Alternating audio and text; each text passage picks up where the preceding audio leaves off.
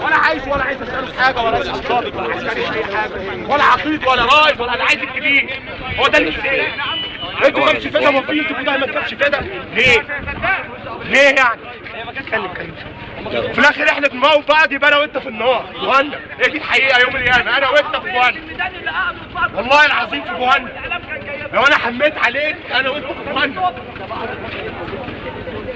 وانتوا بتساعدوا في كده من غير ما تقصدوا. هتقصدوا بقى الله اعلم، كل واحد ربنا عالم بنيته، ما نهبش بنيه البني ادمين.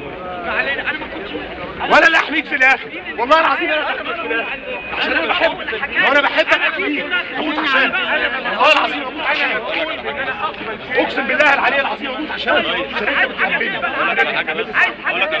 اسمع الراجل ده عاملني كويس. انت بتسمع صوت نفسك. كلم الباشا هنا. تصدق بيه انا اكبر منك بحوالي الله اعلم 20 سنه. اسمعني بس، انا بقالي 40 سنه نفسي اقول اللي بقوله ده لاي حد. انا اقول لك على حاجه، سيبنا اتكلم بعد اذنك، انا ما بقولش حاجه غلط ولا بغلط. اسمع نفسك بس ماشي، اسمع مني مني ليه بس. هيرد عليك؟ انتوا بقالكوا سنين بتتكلموا يا فندم، سيبونا احنا نتكلم. انا ما بقولش حاجه غلط، زعلان ليه؟ بقول لك ايه، تعال. ايوه قول لي.